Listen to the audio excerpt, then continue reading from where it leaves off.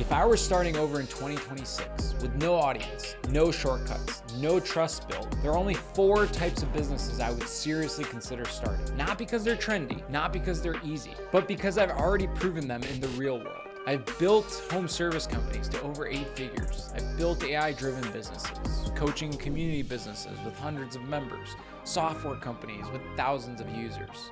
Some of them made cash fast, some of them took me years to put up, some of them nearly broke me, and some of them literally changed my life. But here's what I learned the hard way. There's no best business. There's only the right business for who you are and the season you're within. And today, I'm gonna walk you through the top 4 businesses to start in 2026. The real pros, the real cons, and the real success stories behind how these businesses actually scale with no fluff.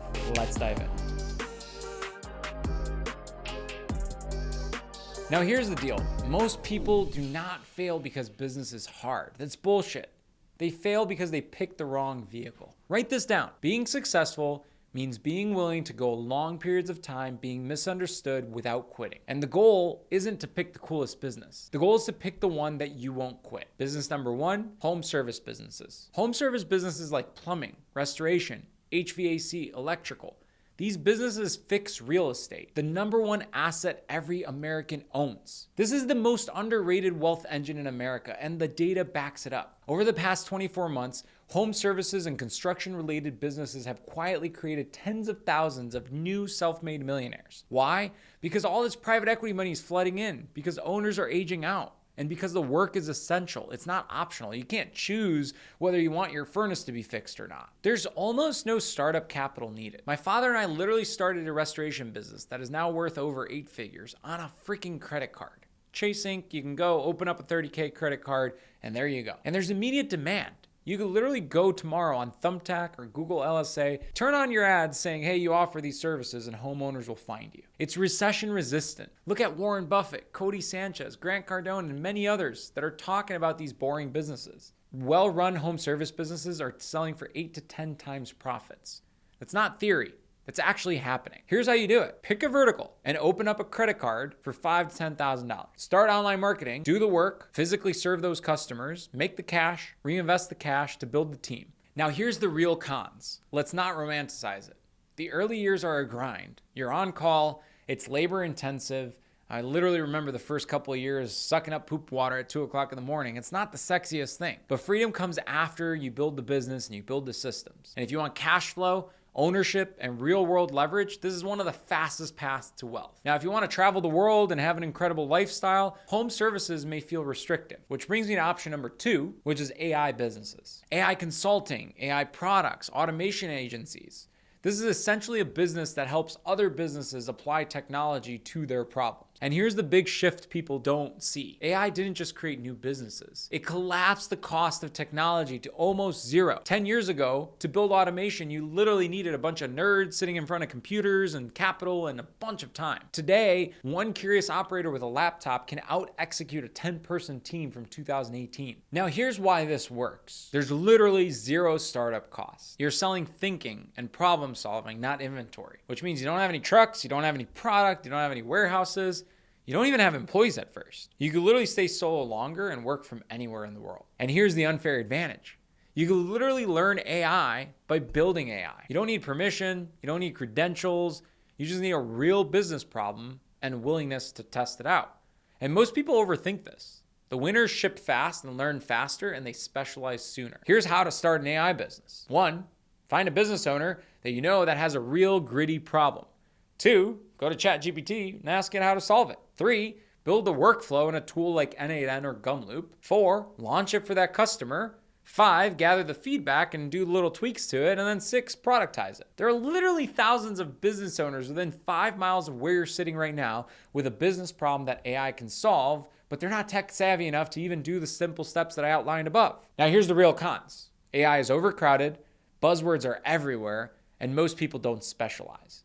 The winners aren't AI generalists, they're problem and niche focused specialists. But AI may not be the best fit if you're not technical, which brings me to business number 3, coaching and community. Coaching businesses are essentially you taking something you're incredibly good at, creating frameworks around it, and downloading it into your community. This is one of the most misunderstood business models out there. But coaching isn't about motivation, it's about transfer of certainty. And here's why it works. It's really good margins. You get really deep fulfillment helping others. You're very fast to be able to get to market. And it actually is the best personal development thing you could possibly do. You become a better version of yourself. Before Dan Martell was Dan Martell, he spent 6 years building an 8-figure SaaS coaching company. And he didn't have a massive audience at the time. He didn't really take any shortcuts.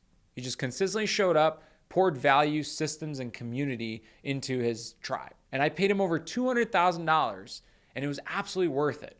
It gave me the shortcut to build and scale my software company, Albi. People will pay a ton of money to shortcut to their biggest problems. Here's how you do it. Number 1, find something you're genuinely good at and passionate. Maybe it's sales, marketing, operations. Number 2, create a recurring weekly calendar invite with a Zoom link in it. Number 3, teach one piece of content every single week in that calendar invite and record that. Number 4, start selling people access to that calendar invite. Number 5, open up a community on membership.io or Mighty to be able to host all of that content. Number 6, reinvest the profits. Number 7, build out the team. It's literally that simple. I literally built the largest coaching program within the damage restoration space on the side while full-time CEOing my software company by following these steps. Now, here's the real cons of the coaching business. There's limited enterprise value. You probably won't sell your coaching business for a lot of cash like an AI company or a home service company. Also, you're kind of the bottleneck, right? You're the brand, and also it requires real results, right? You can't just be a fake guru out there. So if you're not good at something, you can't really coach on that specific space. But still, it's a very phenomenal business. But AI, coaching, and a home service aren't the only 3.